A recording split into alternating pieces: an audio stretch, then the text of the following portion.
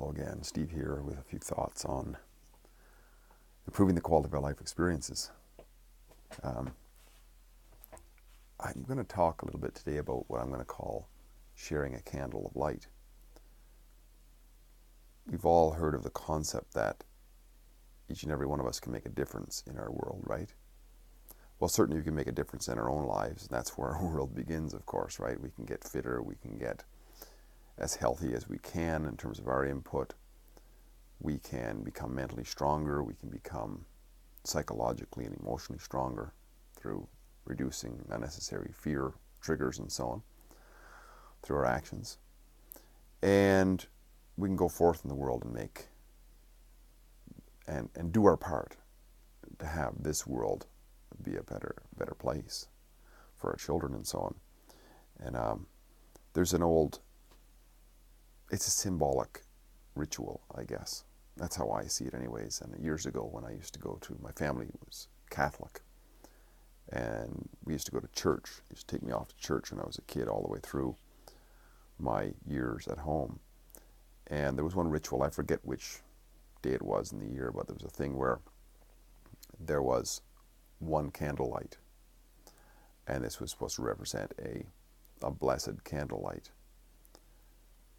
or a blessed lit candle.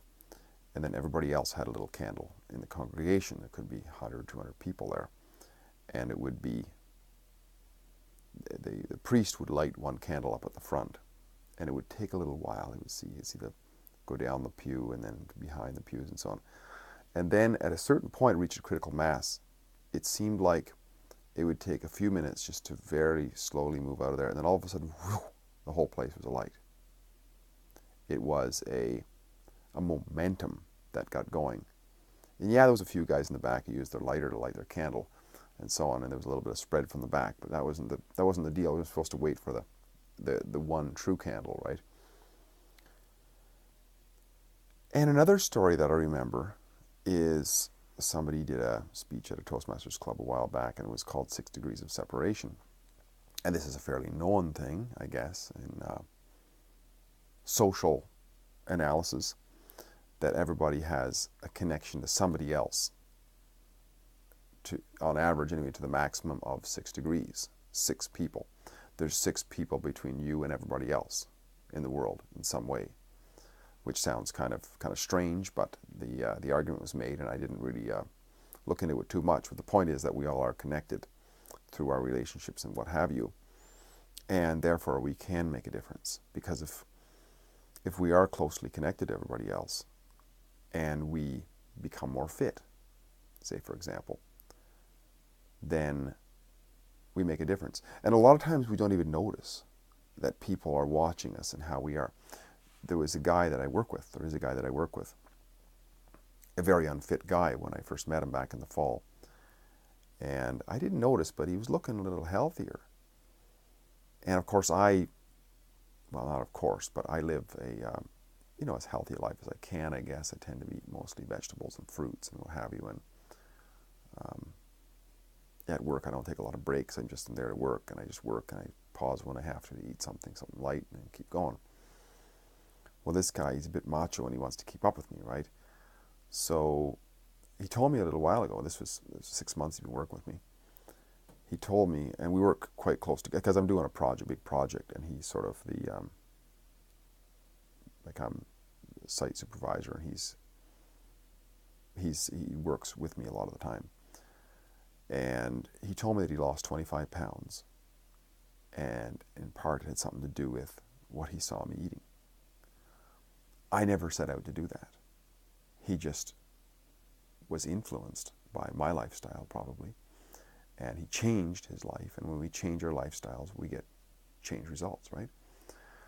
And like that candle, he might be he's now talking to his wife, who's chain smoker or what have you. He wants to get her, encouraging her to get more fit, more active, and so on. I don't know if it's anything to do with what I did. I don't know. But we can't necessarily expect it. But when enough of us, or ourselves, for sure, get active in a certain way that's from the heart, that we mean it, we activate those 6 degrees of separation, and we spread the light like those candles, and we keep it going persistently, consistently. It starts out with a trickle, but eventually it can reach a critical mass, and that is all over the place. There's a funny old Seinfeld episode where Elaine starts eating a cookie with a knife and fork, I think it was, or something like that. And she thought it was very unique. And then all of a sudden, because somebody saw her do it, they started doing it. Somebody saw that person do it. All of a sudden, the whole neighborhood was eating cookies with a fork. It started a new trend. Now, does that improve the quality of our life experiences? I don't know.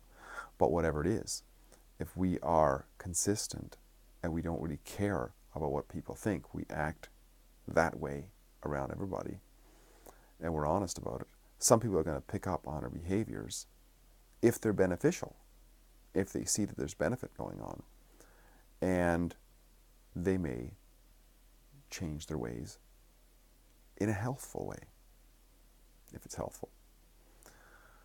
And of course, we know this around children, right? We don't want to do anything that we don't want our children to do, because they're just like sponges, whoosh, suck it up, and they become that, and we wonder why. Well, people are influenced by our behaviors, for sure.